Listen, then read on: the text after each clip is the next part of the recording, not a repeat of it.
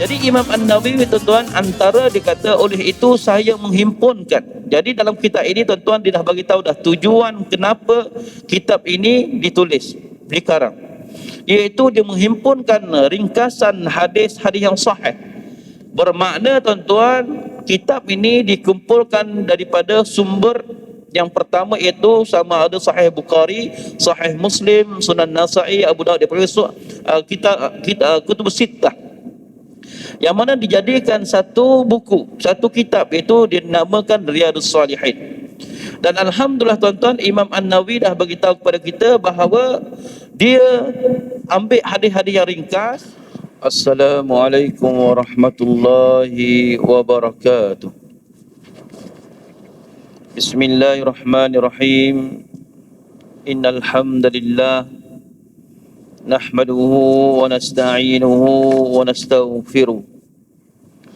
ونعوذ بالله من شرور أنفسنا ومن سيئات أعمالنا من يهده الله فلا مضل له ومن يضلل فلا هادي له أما بعد قال الله تعالى في كتاب الكريم بعد أعوذ بالله من الشيطان الرجيم يا أيها الذين آمنوا اتقوا الله حق تقاته ولا تموتن إلا وأنتم مسلمون وقال رسول الله صلى الله عليه وسلم من خرج في طلب العلم فهو في سبيل الله حتى يرجع أو كما قال. Yang dihormati pengurusi masjid, tuan imam, EJK masjid, yang dimuliakan para alim ulama, tuan-tuan guru, para asatizah, seterusnya muslimin, muslimat yang dirahmati Allah sekalian. Alhamdulillah, kita bersyukur kepada Allah Subhanahu wa ta'ala kerana dengan limpah rahmatnya kita masih lagi diberi kesempatan, masih lagi diberi ruang dan peluang yang ada ini untuk kita sama-sama saling ingat mengingat. Kerana ingat mengingat itu memberi manfaat kepada orang yang beriman. Dan alhamdulillah pada malam ini kita dapat lagi bersama dalam slot pengajian kitab kita, iaitu kitab Riyadhus Shalihin yang dikarang oleh Imam An-Nawawi rahimahullah. Dan kita masih lagi berada pada mukaddimah Imam An-Nawawi. Kita belum lagi masuk episod yang pertama. Mukaddimah maknanya permulaan ataupun pendahuluan, kata-kata aluan oleh pengarang kitab kita, iaitu Imam An-Nawawi. Kalau tak silap saya tuan-tuan, kita baca mukaddimah sahaja dah 2 tahun. Dah 2 tahun. Jadi dalam catatan saya, mukaddimah yang kita baca hari itu ialah bermula pada 2020 bulan 1. InsyaAllah hari ini saya yakin kita boleh habiskan. Dan bulan depan barulah kita masuk tajuk yang pertama ataupun bab yang pertama. Jadi tuan-tuan, kalau kita ingat balik, di antara mukaddimah Imam An-Nawawi tuan-tuan, beliau mengingatkan kita tentang kehidupan di dunia ini. Iaitu seperti mana kata beliau, dunia ini umpama jambatan. Makna jambatan tuan-tuan apa dia? Jambatan ialah dibuat, dibina untuk menghubung di antara satu kampung ke kampung yang lain. Jadi dunia ini tuan-tuan menghubungkan kita dengan satu dunia lain ataupun kampung lain, namanya kampung akhirah. Dan jambatan ini tuan, biasanya orang tak duduk lama, tak tinggal lama. Begitulah tuan-tuan, Imam An-Nawawi mengibaratkan bahawa dunia ini umpama jambatan. Tidak kita boleh leka, tidak boleh kita rasa jambatan boleh kita duduk lama, tak ada. Hari ini tuan-tuan, berapa ramai sahabat kita yang telah meninggalkan kita. 3 hari lepas tuan-tuan, sahabat saya, rakan seperjuangan pendakwah bebas, Allahu Akbar. Saya rasa sedih sampai hari ini. Pertama tuan-tuan, beliau sihat wal afiah. Sihat wal afiah. Beliau berkuliah seperti mana saya, maghrib, lepas tu kuliah pula, selepas kuliah dia jadi imam pula tuan-tuan. Sihat wal afiah. Esok tuan-tuan selepas solat subuh, solat zuhur, dia terus jatuh pengsan. Pengsan rupanya meninggal masa tu. Dan bila sekarang ni kalau meninggal kat rumah, doktor akan bawa pergi hospital, buat dia panggil apa? Pembedahan. Siasat sebab apa, punca apa meninggal. Pagi esok tuan-tuan saya pergi ke kampung, surau tempat beliau tinggal. Saya tanya seorang ustaz ni, kawan kita, tahu kawan saya juga. Kata ustaz yang meninggal baru ni semalam tu dia sakit apa? Sakit jantung ke apa? Dia kata, ustaz, saya tanya isteri dan anaknya, alhamdulillah ustaz ni tak ada sakit apa. Sihat wal afiah. Jantung tak ada, darah tinggi tak ada. Jadi tuan-tuan tunggu keputusan daripada hospital, rupanya esok tu, petang tu dapat dia punya result daripada hospital mengatakan bahawa beliau meninggal kerana COVID. Allahu Akbar. Sedangkan nak kata bahawa hari ni tuan-tuan, ajal datang tiba-tiba, tak kenal siapa dan tak kenal usia. Jadi Imam An-Nawawi bagi tahu kepada kita bahawa ingat wahai manusia, iaitu dunia ini bukan tempat tinggal yang abadi, tetapi seumpama jambatan. Yang kedua tuan-tuan, Imam An-Nawawi mengingatkan bahawa bila kita dah tahu bahawa tujuan kita hidup dunia ini tak lama, iaitu diingatkan kita agar kita sentiasa buat persediaan. Apa dia tuan-tuan? Itu dengan melalui amalan-amalan kebaikan yang kita buat. Inilah yang akan membantu kita pada hari akhirat kelak. Dan hadis yang terakhir yang kita baca tuan-tuan ialah hadis fa wallahi la an yahdiyallahu bika rajulan wahidan khairun laka min humur na'am. Demi Allah, seandainya Allah memberi hidayah kepada satu orang kerana dakwahmu, tentu hal itu lebih baik bagimu daripada unta merah, iaitu unta yang paling mahal. Maknanya tuan-tuan, sekiranya kita memberi suatu perkara kebaikan dan kebaikan itu diamalkan, yang mana setengah orang tuan-tuan dengan perkataan dia, dengan penulisan dia, orang boleh masuk Islam, orang dapat hidayah tuan-tuan. Allahu Akbar. Itu lebih baik daripada kekayaan harta dunia ini. Kenapa? Kerana itulah saham kita. Dan tuan-tuan, pada malam ini kita masuk mukaddimah lagi, itu muka surat 31. Dia kata oleh itu, ni baru kita nak masuk. Oleh itu Imam An-Nawawi kata, oleh itu saya ingin menghimpunkan sebuah ringkasan hadis-hadis sahih yang mencakupi setiap apa yang semestinya menjadi titian menuju akhirat bagi pemiliknya, memenuhi adab-adabnya yang batin maupun yang zahir, merangkumi tarhib dan berbagai macam adab orang yang menempuh jalan Islam, seperti hadis-hadis zuhud, riyadah kejiwaan, penyucian akhlak, kesucian hati dan penawarnya, pemeliharaan anggota badan dan menjauhi segala bentuk penyimpangan dan lain-lain baginya, yang termasuk dalam matlamat yang ditujui oleh orang-orang arif di alam dunia ini. Baik. Jadi tuan-tuan, setelah kita tahu bahawa tujuan kita hidup di dunia ini dan apa yang perlu kita buat, Imam An-Nawawi kata tujuan dia mengarang kita ini tuan-tuan, ni antara amalan dia. Sebab itu tuan-tuan, setiap orang ada kelebihan masing-masing.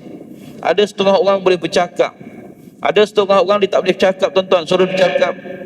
Suruh dia bercakap seumpama suruh pergi loncat dekat tempat yang tinggi, tetapi dia boleh menulis dengan baik.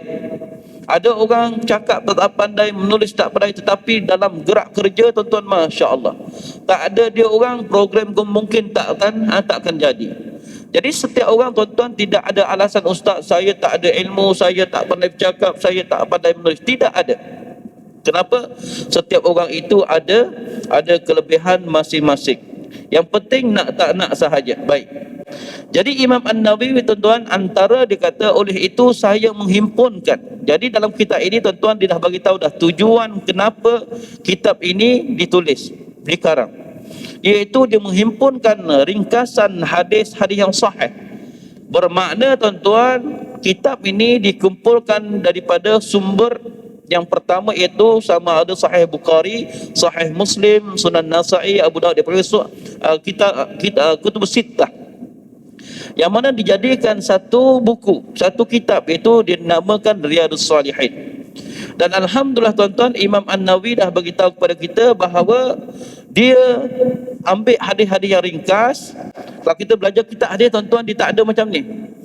Riwayat dia saja dipanggil sanad ataupun rijal. Baru sampai Abu Hurairah, baru sampai Nabi SAW. Jadi dalam kitab ini dia tak ada, dia ringkaskan. Yang kedua tuan-tuan, hadis-hadis yang beliau cuba kumpulkan untuk kita ialah semuanya hadis sahih. Jadi tuan-tuan jangan risau, insya-Allah hadis-hadis yang kita dengar, yang kita baca melalui kitab ini, insya-Allah tuan-tuan, kita boleh beramal dalam keadaan kita rasa tenang. Kita tak rasa ragu-ragu tuan-tuan, ini hadis sahih ke, hadis dhaif ke, hadis maudhu'. Tuan-tuan kena ingat, hadis itu kalau kita boleh bahagikan secara ringkas, boleh kepada 3 bahagian. Pertama dia panggil hadis sahih. Dia ada hadis hasan dan sebagainya. Pertama hadis sahih, yang kedua hadis dhaif, iaitu hadis yang lemah. Yang ketiga dia panggil hadis maudhu'. Hadis maudhu' ini adalah hadis yang direka-reka. Tak ada sandaran, tak ada daripada Nabi, tetapi semata-mata direka untuk apa? Untuk kebaikan seseorang, untuk kepentingan seseorang. Yang paling kita takut tuan-tuan ialah hadis maudhu', hadis palsu dia panggil. Kenapa? Sebab Nabi memberi amaran keras. Nabi kata, man kadzdzaba alayya muta'ammidan falyatabawwa maq'adahu minan nar, atau kama qala. Nabi kata, siapa yang menipu di atas nama aku. Maknanya tuan-tuan, Nabi tak buat, dia kata Nabi buat. Nabi tak kata, dia kata Nabi berkata. Nabi kata, man kadzdzaba alayya, siapa yang menipu atas nama aku. Menipu ni, itu dia panggil hadis maudhu'. Apa tuan-tuan? Nabi kata, Nabi kata orang yang menipu atas nama aku, orang yang buat hadis maudhu' atau menyebarkan hadis palsu, ialah orang ini seolah-olah dia telah menempah, telah booking hotelnya di neraka. Allahu Akbar. Tuan-tuan, Nabi memberi sindiran kepada orang yang cuba membuat hadis palsu. Falyatabawwa maq'adahu minan nar. Dia telah booking, telah tempat tinggalnya dalam neraka. Seolah-olah tuan-tuan, Nabi sindir orang ini. Macam kita lah tuan-tuan, kita tempoh hotel tuan, saya tidur hotel 5 malam, 4 hari, 3 malam contoh, di tempat. Orang yang buat hadis palsu, mereka reka hadis tuan-tuan, orang ini seolah-olah dia dah telefon malaikat jaga neraka, akan simpan tempat untuk saya. Nak kata kerasnya amaran yang Nabi berikan kepada kita. Dan biasanya tuan-tuan, hadis maudhu' ini dia orang buat atas kepentingan, sama ada perniagaan, politik dan sebagainya. Contoh, ada satu hadis semasa saya belajar kitab tuan-tuan tentang hadis ini. Hadis ini famous tuan-tuan. Hadis tentang terung tuan-tuan. Nah, dia kata qala Rasulullah sallallahu alaihi wasallam, telah bersabda Nabi sallallahu alaihi wasallam, man akala bazinjan fa inna bazinjan. Nah, dia kata Rasulullah telah bersabda, siapa yang makan buah terung, kerana sesungguhnya buah terung itu menyembuhkan segala penyakit kecuali mati. Tuan-tuan, rupanya hadis ini tak pernah Nabi sebut dan tak pernah ada sahabat sebut. Tak ada tuan-tuan. Tapi tiba-tiba ada tuan-tuan. Rupanya bila ulama hadis ini kaji, oh rupanya ada seorang ni dia memalsukan ataupun mereka-reka hadis kerana kepentingan peribadinya, itu dia nak dapat keuntungan dalam perniagaannya. Dijual tuan-tuan dekat pasar ni, jual buah terung, orang lain laku elok je, dia tak laku tuan-tuan. Buah terung makin banyak, dia pun kalau aku buat satu hadis confirm orang beli ni. Tuan-tuan, dia pun buat satu hadis, letak tulis depan dekat meja dia. Jadi orang baca tuan, oh ni Nabi bersabda, Nabi kata siapa yang makan buah terung, sesungguhnya buah terung itu menyembuhkan segala penyakit. Tuan-tuan, siapa tak nak tuan-tuan? Segala penyakit tu pakak beratur beli tuan-tuan. Sejak hari itu tuan-tuan, bisnesnya meletup. Kenapa? Kerana inovatif, kerana inovasi dia. Rupa-rupanya tuan-tuan, dia tak tahu bahawa Nabi telah memberi amaran keras terhadap orang-orang ini. Dan dulu tuan-tuan, kita selalu dengar hadis-hadis daif, bukan hadis daif, hadis palsu berkaitan dengan tarawih. Saya ingat lagi tuan-tuan, bila masuk saja Ramadan tuan-tuan, malam pertama siapa yang berpuasa pada siang hari Ramadan lalu dia mendirikan tarawih bersama imam, maka Allah ampunkan dosanya seumpama dia baru dilahirkan di atas muka bumi ini. Hari yang kedua pula, siapa yang siapa yang berpuasa pada siang hari lalu solat tarawih bersama imam, maka pahalanya seumpama pahala Nabi Ibrahim dan pahala Nabi Ismail. Wow, begitulah tuan-tuan sampai 30 hari. Saya dan kawan saya masa tu, saya ingat lagi, masa tu kami dalam tingkatan 3, tingkatan 2 tuan-tuan. Saya kata tahun ni kita ambil 3 hari cukup. Hari pertama hapuskan dosa, hari yang kedua kita ambil hari yang dapat pahala seumpama pahala Nabi Ibrahim dengan Nabi Ismail. Tuan-tuan, satu malam tu dapat pahala ni. Pahala yang hari yang ketiga sekian-sekian tuan-tuan. Rupanya iaitu bila kita belajar, rupanya itu adalah hadis palsu ataupun tidak ada sandarannya. Jadi tuan-tuan, dalam hadis ini Imam An-Nawawi dah bagi tahu kepada kita bahawa dia hanya mengumpulkan hadis-hadis yang sahih. Kita nak tahu apa maksud hadis sahih.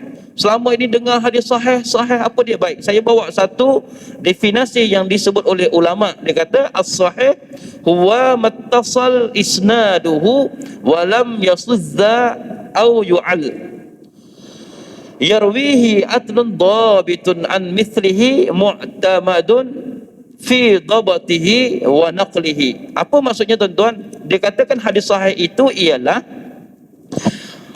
iaitu apa yang bersambung sanadnya dan tiada syaz atau illah ataupun kecacatan padanya, diriwayatkan oleh perawi yang adil lagi dhabit yang seumpama dengannya, yang diakui akan kedabitan dan perawinya. Tak faham tak? Baik tuan-tuan, senang cerita, hadis syarat-syarat nak jadikan satu hadis itu sahih. Pertama tuan-tuan, hendaklah sanad itu bersambung. Apa maksud sanad tuan-tuan? Orang yang meriwayatkan hadis tadi bersambung, dia tidak ada terputus sanad tadi. Contoh, saya hidup zaman dengan tuan guru ni. Saya kata saya pernah mendengar tuan guru ini berkata dalam masjid sekian-sekian. Jadi orang selepas saya dijumpa saya, dia tak jumpa dengan tuan guru tadi, dia dengar daripada saya. Jadi itu dipanggil sanad. Contohnya, kawan saya nama Ahmad dia kata, saya mendengar Ustaz Zakaria berkata, Ustaz Zakaria kata dia mendengar daripada tuan gurunya nama sekian-sekian. Itu dipanggil bersambung sanad. Tiba-tiba tuan-tuan, saya kata saya mendengar daripada Abu Hurairah, ataupun saya dengar daripada P. Ramli, contoh tak. Sedangkan saya dengan P. Ramli tuan-tuan tak pernah jumpa. So P. Ramli meninggal tahun bila, saya lahir bila. Jadi ini dipanggil tak bersambung sanad. Jadi yang pertama tuan-tuan, sanad mesti bersambung, mesti jumpa dan sezaman. Itu dipanggil sanad. Sebab itu kalau kita belajar hadis tuan-tuan, sanad ada setengah hadis beberapa orang baru sampai kepada Nabi SAW. Baik tuan-tuan, sanad ini bukan biasa-biasa. Malah dikatakan Bukhari tuan-tuan, dia pergi ke Mesir berbulan-bulan, naik kapal, berjalan kaki, naik unta, naik macam tuan-tuan. Dia nak jumpa seorang tok guru ni. Betul tak tok guru ini pernah dengar hadis ini daripada seorang sahabat bernama sekian-sekian? Ya, hadis ini saya pernah dengar daripada sekian-sekian. Lalu tuan-tuan, lepas itu diminta balik. Tuan guru, kamu datang daripada mana? Madinah dan sebagainya. Ya Allah, berbulan-bulan. Bila dia dengar, terima kasih, dia balik tuan-tuan. Semata-mata nak dengar, kata betul tak itu sahaja dia datang tuan-tuan. Jauhnya, bukan main lagi. Allahu Akbar. Ni nak kata pemeliharaan haraan hadis. Tiba-tiba orang kata hadis sahih, tak boleh percaya. Di sana ada ihtimalat, ada unsur-unsur ragu. Mungkin betul, mungkin salah. Allah tuan-tuan, ini suatu penghinaan terhadap ulama-ulama yang telah bertungkus lumus mengorbankan jiwa, raga mereka, duit mereka semata-mata nak jaga hadis tadi. Baik, sebab itu tuan-tuan, ada ulama dia nak pergi ambil hadis, dia kata tuan guru ni pernah meriwayat. Dia pergi tuan-tuan, nampak seorang ulama ni tuan-tuan, dia tengah memberi ayam makan. Rupanya dia bagi ayam makan itu ada udang di sebalik mi. Dia nak tangkap ayam tak lepas. Jadi buat apa? Dia bagi ayam makan tak, bagi makan baru tangkap. Itu pun tuan-tuan dikira menipu tuan-tuan. Dia orang tak ambil pun hadis daripada dia orang. Dia kata orang menipu apa? Menipu ayam. Allah, sampai peringkat tu tuan-tuan. Baik, itu syarat yang pertama, sanad mesti bersambung. Yang kedua tuan-tuan, perawi tadi, orang yang meriwayatkan hadis tadi hendaklah adil. Adil apa maksudnya tuan-tuan? Tak fasik, tidak melakukan dosa besar dan tidak berterusan melakukan dosa kecil. Ini dipanggil adil. Yang ketiga tuan-tuan, para perawi tadi ialah hendaklah dhabit. Apa maksud dhabit tuan-tuan? Itu kesempurnaan hafalan dia, kuat ingatan dia tuan-tuan. Tuan-tuan, hari ini saya tak jumpa lagi orang yang kuat ingatan seperti mana Syekh saya dulu, Syekh Nasir. Masa saya belajar dekat Nilampuri dulu, pihak universiti import dia daripada Syekh Al-Azhar, minta dia mengajar dekat Nilampuri selama beberapa tahun. Syekh Nasir ni tuan-tuan, dan itulah biasa orang Arab tuan-tuan. Dia datang mengajar tuan-tuan, tak bawa apa-apa tuan-tuan, pen pun dia tak bawa. Bukan kata nak nota tuan-tuan, pen pun tak bawa. Nak kata alimnya dia. Dia datang tuan-tuan, kata okey, al-an iftah safhah sekian-sekian. Dia kata okey, sekarang buka muka surat sekian-sekian. Tajuk yang pertama at-taharah. Kita buka, ya Allah, sebiji. Lepas tu dibaca tuan-tuan, disebut apa yang terkandung dalam kitab itu sebiji tuan-tuan. Masya Allah. Kitab bukan kecil tuan-tuan, tebal ni. Dia kata okey, buka muka surat 320. Baris sekian-sekian kelima. Masa tu tuan-tuan, nota ke apa tak ada tuan-tuan. Allah, hebat tuan-tuan. Baik, suatu hari tuan-tuan, saya nak cerita, dia jumpa saya tengah jalan. Dan dia ni tuan-tuan, dia tak ada kereta masa tu. Dia nak pergi mana susah. Jadi seorang kawan saya ni nama Roslan. Dia kalau tengok dia ingat lah. Roslan ni alhamdulillah sekarang beliau jadi ustaz dekat Kelantan. Dia antara pelajar yang ada kereta tuan-tuan, kancil. Masa tu dia pakai kancil. Tadi Syekh ni nak pergi mana, dia cari budak-budak yang ada kereta, bawa dia ke Kota Baru ke apa, senang. Dia jumpa Ya Zakaria, ma'alas ta'al. Dia kata, mu masih ni, mu ada nombor telefon Roslan tak? Oh, rakam Roslan? Naam. Dia kata, ya. Ini ya Syekh. Tayyib. Dia kata, bagi aku. Dia kata, bagi aku. Saya kata, Syekh, indaka kalam. Saya tak bawa pen, saya tak bawa kertas. Indaka kalam warakah. Dia kata, ma ahtaj. Kita kata sombong betul. Dia kata, aku tak perlu pen, aku tak perlu kertas. Jadi kaif taktub? Saya kata, bagaimana kamu nak tulis ni? La, ma fi muskilah. Dia kata, mu sebut saja. Kata, biar betul Syekh ni, belagak betul. Pen tak ada, kertas tak ada, telefon tak ada. Dia kata, sebut saja tuan-tuan. Saya buka telefon, saya pun buka nombor Roslan kawan saya. Saya sengaja sebut dengan laju sepintas kilat tuan-tuan. Tayyib, rakmul Roslan ya Syekh, wahir sifir, wahir salasa istitas. Saya sebut dalam bahasa Arab secara sepantas selalu tuan-tuan. Kita tentang kalau tersalim tak sempat. Saya nak ulang balik. Aid maratat tsaniyah. La, khalas. Dia kata tak perlu ulang kali kedua. Sekarang kau dengar aku pula. Dengar tuan-tuan. Ya Allah, sekali tuan-tuan saya sebut, dia boleh ingat, dia suruh saya dengar pula. Okey, dengar. Saya dengar tuan-tuan. Ya Allah, sebiji tuan-tuan, tak ubah pun nombor tuan-tuan. Akhir sekali kena khas. Jazakallah khair ya Zakaria, masya-Allah, barakallah. Adil tu biasa. Lepas tu tuan-tuan saya pun balik. Dia daripada kolej saya tuan-tuan ke rumah dia lebih kurang 1 kilometer lebih tuan-tuan. Dia berjalan kaki saja. Dia tak pandai naik motor. Saya kata habislah, tak tahu nombor siapa yang recall nanti. Yelah sampai rumah tuan-tuan, nampak orang sana, nampak sini, tak ingat dah tuan-tuan. Tak ingat dah, kata confirm dah, telefon orang lain dah Syekh ni. Sebab saya ingat dulu cerita Ibrahim Pendek dengan Sudin tuan-tuan. Ingat tak? Ibrahim Pendek dia sakit tuan-tuan, sakit panas. Dia suruh Sudin pergilah cari ubat. Dia pun cari ubat tuan-tuan. Bagi tahu kawan ni sakit panas. Lalu nurse tuan-tuan tulis ubat. Ni ubat dia. So dia kata macam mana nak makan tu, dah tulis. Rupanya dia buta huruf tuan-tuan. Saya tak nampak. Nurse tahu dah ni tak pandai dah. Okey. Ubat ini dimakan 12 jam 2 biji. Maknanya 2 biji 12 jam. Maknanya ubat ini 2 biji 12 jam baru makan lagi. Oh okey, terima kasih. Dia pun hafal.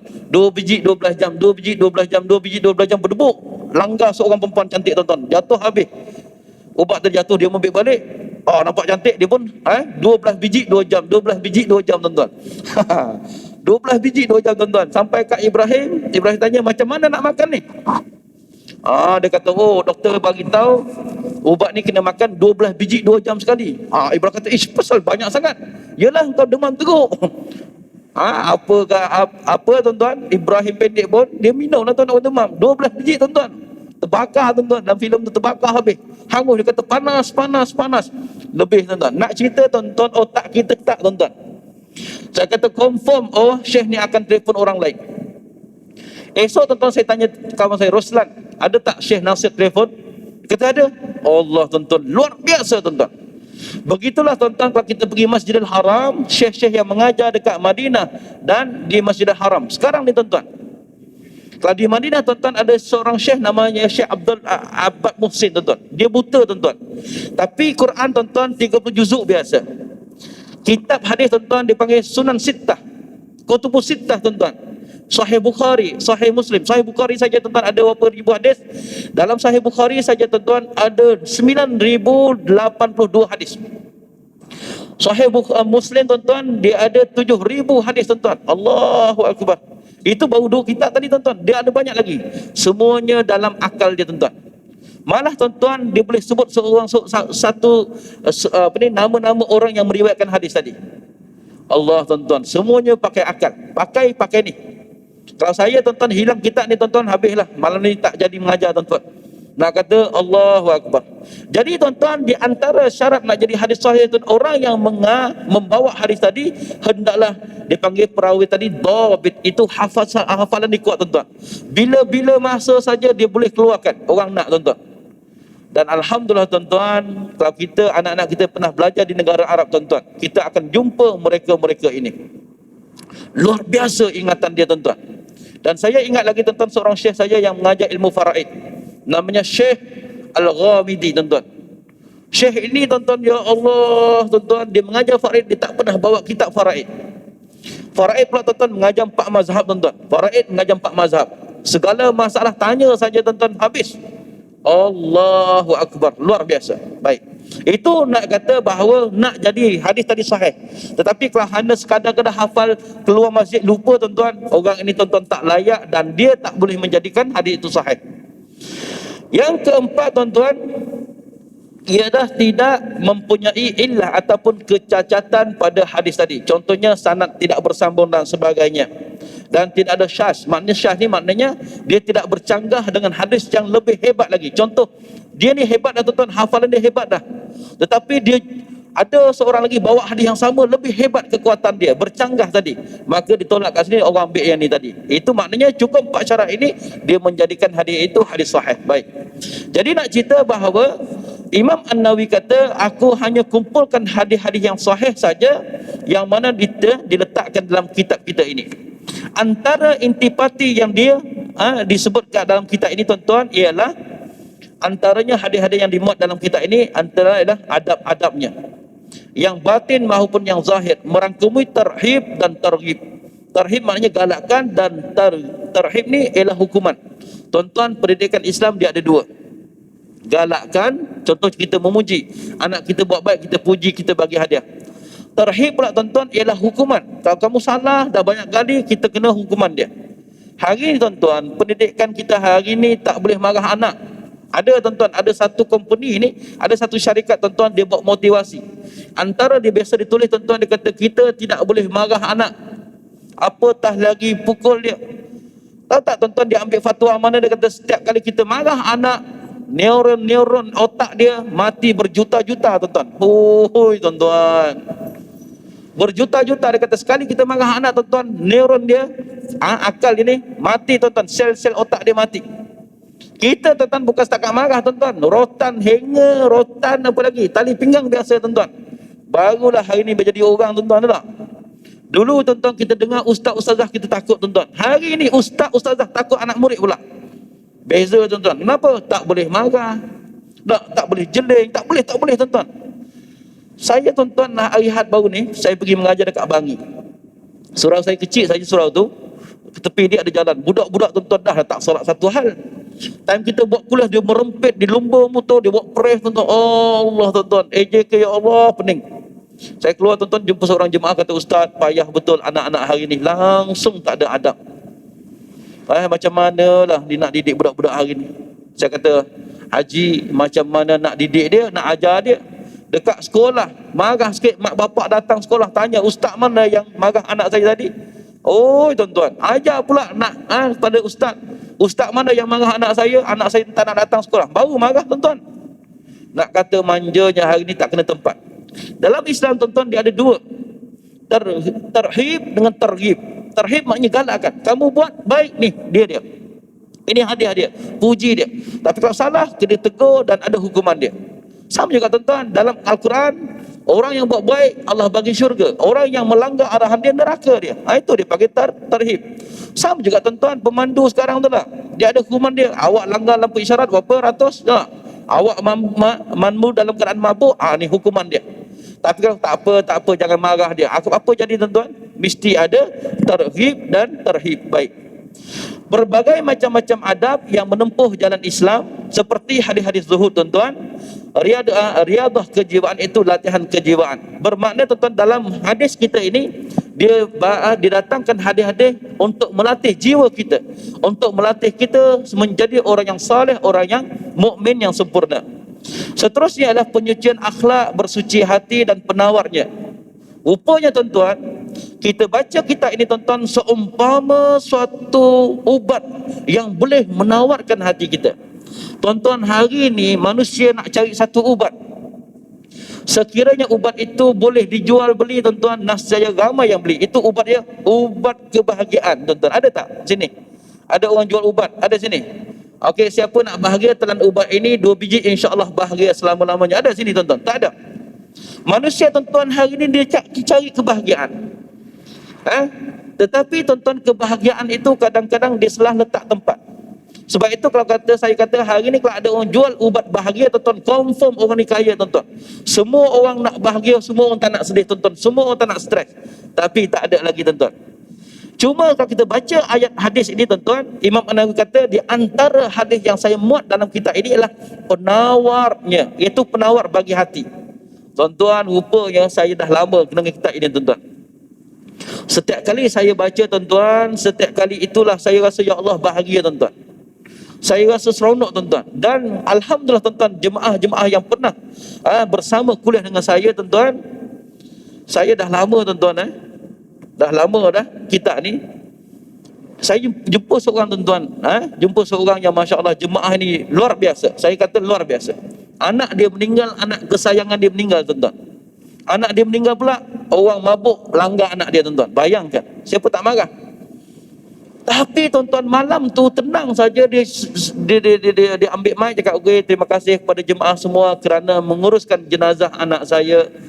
Tenang tuan-tuan, satu masjid surau tadi menangis habis tuan-tuan, sebab anak dia baru meninggal pagi tadi.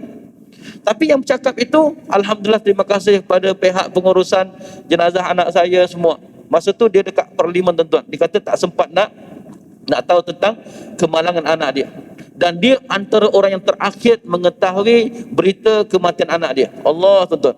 Dan anak pula, anak kesayangan tuan-tuan, anak lelaki. Tapi saya tengok dia pesal, tak sedih anak tiri ke apa. Biasa kalau kita bercakap tuan-tuan, cakap memang tak keluar lah, air mata keluar lah. Lepas dia bercakap tuan-tuan, dia kata jemputlah jemaah semua, jemput makan, jamuan sikit. Kebetulan tuan-tuan disediakan meja untuk saya dan imam depan saya dekat sini. Saya kata takziah tuan, ni. Saya kata ya Allah tuan ni hebat sungguh Muka tenang, ceria, senyum je tuan-tuan. Imam semua menangis tuan-tuan. Satu tuan-tuan dia kata, Ustaz, alhamdulillah, saya tahu saya sedih, tapi dia kata saya sayang anak saya. Tapi saya yakin bahawa Allah lebih sayang anak saya berbanding saya. Ustaz, sekiranya saya tak belajar kitab ini nih, dia tunjuk kitab Riyadhus Shalihin ni, saya cari orang yang membunuh anak saya, yang langgar tadi. Tapi disebabkan banyak hadis-hadis yang telah kita pelajari, banyak mengajar saya. Daripada zero tak tahu apa, alhamdulillah Ustaz, hari ini jiwa saya taklah macam dulu Ustaz. Masya Allah tuan-tuan. Dan dia antara salah seorang jemaah yang sentiasa istiqamah bersama saya. Masya Allah. Dan saya banyak belajar daripada jemaah tuan-tuan. Baik Jadi nak cerita bahawa dalam kitab ini tuan-tuan, dia akan mendatangkan seumpama ubat yang memberi kebahagiaan kepada kita. Itu dipanggil penawarnya. Pemeliharaan anggota badan dan menjauhi segala bentuk penyimpangan dan lain-lain bagi sebagainya yang termasuk matlamat yang ditujui oleh orang-orang yang arif dari alam dunia ini. Antara lain juga tuan-tuan, isi kandungan hadis yang dimuatkan juga ialah dia akan dapat menyekat penyimpangan akidah-akidah yang tidak betul. Dan insya-Allah tuan-tuan, kalau kita dapat khatam hadis ni semua tuan-tuan, Allahu Akbar, kita rasa lega, kita rasa happy, kita rasa dekat dengan Allah Subhanahu wa taala. Seterusnya tuan-tuan, dia kata saya memiliki komitmen dalam kitab ini untuk tidak menyebut melainkan hadis-hadis sahih dan perkara-perkara yang jelas dengan menisbahkan kepada kitab-kitab sahih yang masyhur. Saya memulakan setiap bab dengan ayat Al-Quran yang mulia dan saya lengkapkan dengan komentar-komentar yang memerlukan baris kalimat atau penjelasan makna yang samar dengan peringatan-peringatan yang sangat berharga. Jika saya berkata muttafaqun alaih pada akhir hadis, maka maknanya hadis itu diriwayatkan oleh Imam Bukhari dan Imam Muslim. Tuan-tuan, dikata hadis ini dia ada bab-bab, dia ada tajuk-tajuk je. Setiap kali datang bab baru tuan-tuan, dia pasti akan datangkan ayat Al-Quran duduk. Sedangkan hadis kita ini kitab hadis. Kenapa ada ayat Al-Quran? Pertama tuan-tuan, nak bagi tahu kepada kita sumber orang Islam. Dia panggil masdar tasyri', sumber perundangan orang Islam tuan-tuan ialah yang pertama Al-Quran, yang kedua hadis. Baik. Sebab itu Nabi kata taraktu fikum amrayni, aku tinggalkan kepada kamu dua perkara. Jika kamu berpegang teguh dengan dua perkara ini, kamu tidak akan sesat selama-lamanya. Nabi sebut. Dan tuan-tuan ingat satu hadis Nabi kata, wa hadhihi ummati sataftariku ila 73 firqah. Umat aku ini akan berpecah pada 73 golongan. Semuanya sesat, semuanya kulluha finnar illa wahidah. Semua masuk neraka kecuali satu saja. Siapakah mereka itu? Ialah orang yang berpegang teguh dengan Al-Quran dan Sunnah tadi. Masya Allah. Baik. Jadi tuan-tuan, hadis ini ialah hadis yang dimuat dalam kitab ini semuanya hadis sahih disertai dengan ayat Al-Quran untuk menyokong hadis tadi. Sebab itu tuan-tuan, peninggalan terbesar kepada kita daripada Nabi sallallahu alaihi wasallam ilmu. Tuan-tuan, saya ingat lagi semasa saya pergi negara luar negara tuan-tuan, saya jumpa Syekh Nuruddin Al-Banjari. Dia kata pergi, jangan lupa talaki bersama syekh-syekh hadis sana. Sana banyak orang-orang yang mengajar hadis. Jadi kalau kamu dapat duduk bersama syekh tadi, bersama syekh hadis tadi, seumpama Nabi mengajar kamu. Sebab ini kata-kata Nabi.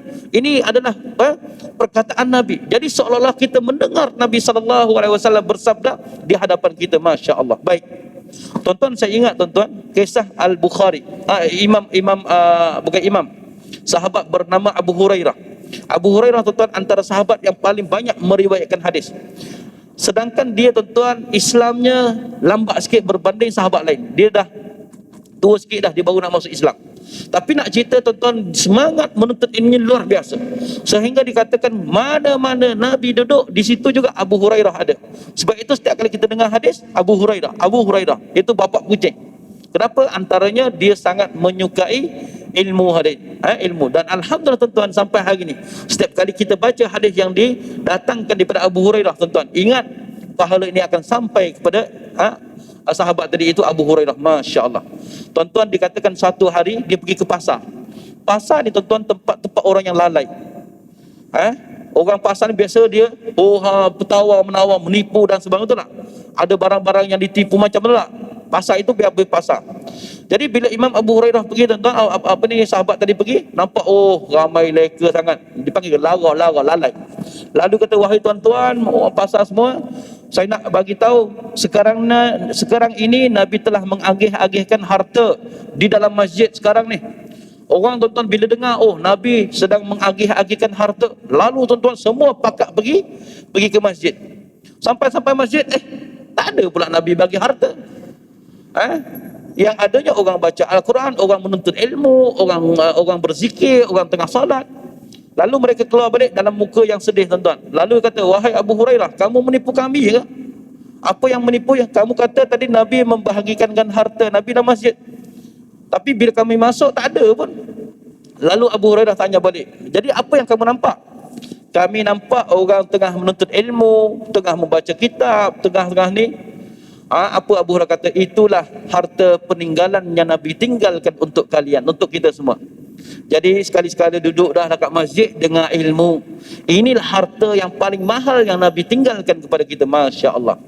Malah tuan-tuan, Abu Hurairah dikatakan semasa akhir-akhir hayat dia, dia tengah nazak, dia sakit tuan-tuan, nak meninggal dia tuan-tuan, tiba-tiba dia menangis teresak-esak.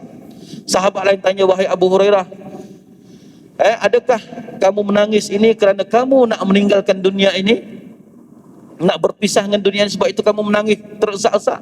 Lalu tuan-tuan, dalam dia menangis teresak-esak tadi, Abu Hurairah jawab, dia kata, aku menangis bukan sebab aku nak meninggal, bukan aku menangis, aku bukan sebab aku nak berpisah dengan dunia ini, tetapi aku menangis kerana aku memikirkan bagaimana nanti nasib aku di hari akhirat. Dengan amalan aku kurang cukup, banyak lagi yang perlu aku buat Allah, tuan-tuan. Dia menangis kerana dia memikirkan bagaimana nanti dia bertemu dengan Allah. Sedangkan dia kata banyak lagi amalan-amalan yang aku tak buat Allah, tuan-tuan. Sedangkan tuan-tuan, di antara sahabat yang paling banyak meriwayatkan hadis ialah Abu Hurairah. Nak kata tuan-tuan, ya Allah, inilah orang-orang yang hebat. Baik. Seterusnya tuan-tuan, saya berharap jika kitab ini telah selesai ditulis supaya menjadi pembimbing bagi setiap orang yang membacanya menuju setiap amal kebaikan dan penghalang dari setiap amal kejahatan dan dosa-dosa yang membinasakan.